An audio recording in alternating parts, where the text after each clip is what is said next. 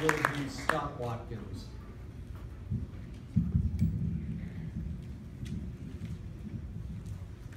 Thank you for coming to Garrett County. I'm Mark Richards, a lifelong Maryland resident and a 27-year homeowner along with my family here in Garrett County. We had originally hoped to retire here one day. We'll see. You hear a lot of talk from the industry about property rights. You don't hear a lot about eminent domain. I'd like to share with you one example. This happened in Pennsylvania, Milford Township, Pennsylvania, to the Holleran family, who owned a maple syrup farm. I've been in the family since the 1950s.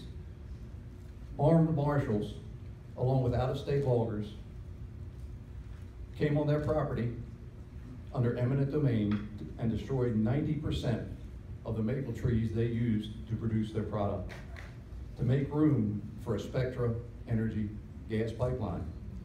The infrastructure, the pipeline infrastructure to support the gas industry to get the product to market is incredible. That's not my area of expertise. My area of expertise is fire and rescue.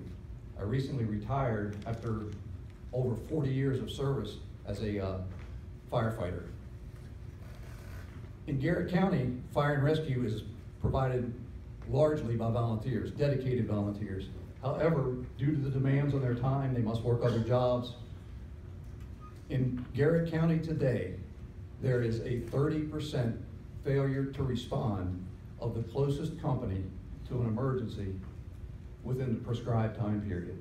After that, that means that resources from other communities have to come to that emergency.